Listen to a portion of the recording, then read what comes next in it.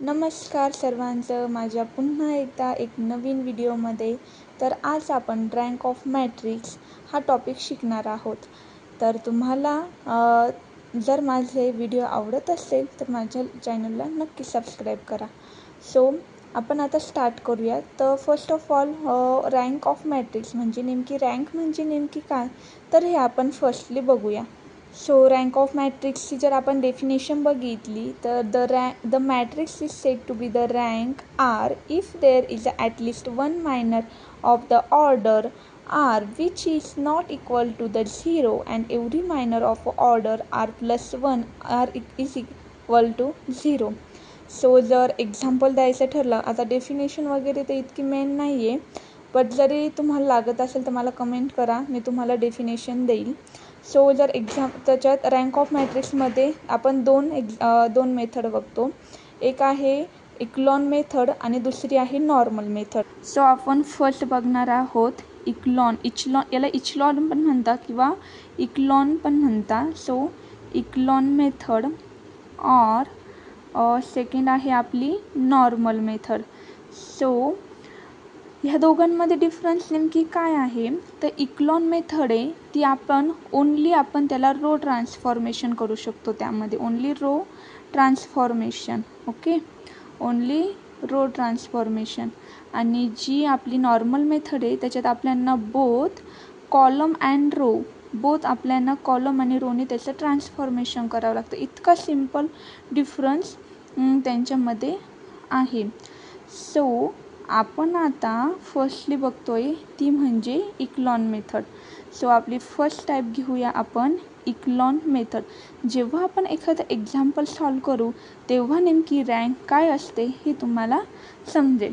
So first आपण इक्लॉन मेथडचा आपण एक्झाम्पल घेऊ. ओके, सो ए मॅट्रिक्स घेऊया आपण. फर्स्ट 1 2 -1 3 3 4 0 -1 -1 0 -2 7. सो आपण हा आपला इक्लॉन मेथडचा पहिला मॅट्रिक्स घेतलेला आहे. सो आता याचं आपण रो ट्रान्सफॉर्मेशन करूया.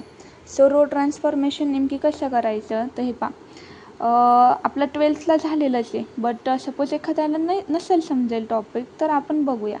So this is R1 R2 R3 आणि धिस इज कॉलमच्याला आपण नोटेशन काय देतो C1 C2 C3. सो आता C1 C2ची आपल्याला इक्लॉन फॉर्ममध्ये गरज नाही आहे. सो आपण आता हा प्रॉब्लेम आपण सॉल्व करूया. सो आता हा R2 आहे. जर R2ने आपण R1ला 3ने मल्टिप्लाय केलं तर आपल्याला 0, म्हणजे आपल्याला कोणता ट्रायंगल बनवायचा आहे, तर आपल्याला इथं अप्पर ट्रायंगुलर बनवायचा आहे. म्हणजे कसा बनवायचा, तर सपोज आता इथं घेतलं 1 2 3, इथं 0 0 0 4 2 1, तर याला आपण काय म्हणतो अप्पर ट्रायंगुलर मॅट्रिक्स आपण त्याला म्हणतो अप्पर ट्रायंग्युलर. ओके, तर आपण आता याचं ट्रान्सफॉर्मेशन करूया. ओके, सो आपण काय करूया R2 interchange R2 - 3R1 and R3. आता हा R3 interchange R3 + R1. Okay, so आता काय होईल, फर्स्टली आपण R2 घेतो आहे. So R2 - 3R1. सो आपली R1 तर चेंज नाही होणार, तो आपण R1 आहे त्या पद्धतीने लिहून घेऊ. त्याच्यानंतर 3R1 0. त्याच्यानंतर आता R2 म्हणजे 4 - 3 × 2.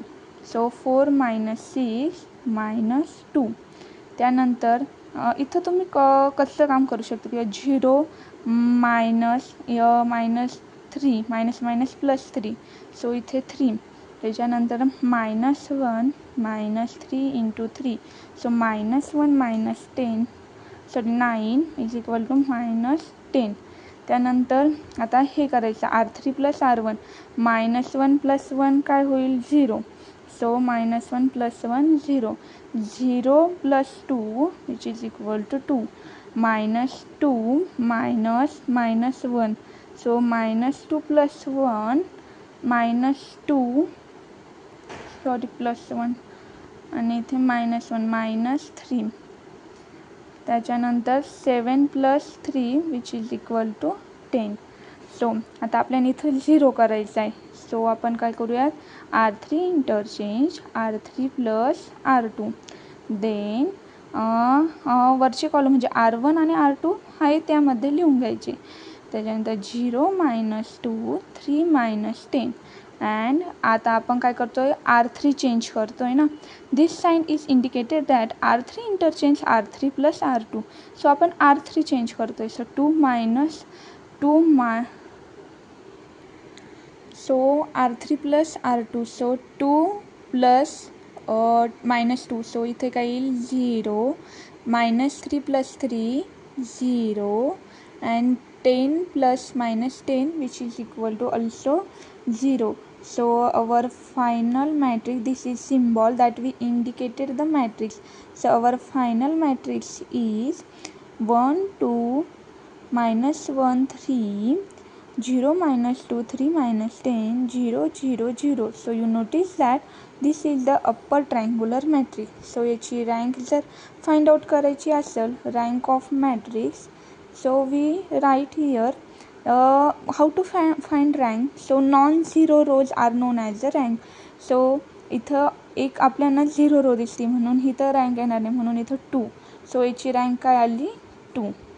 So this is the final answer of our example. Okay, म्हणजे ही रँक आपली the rank of matrix is 2.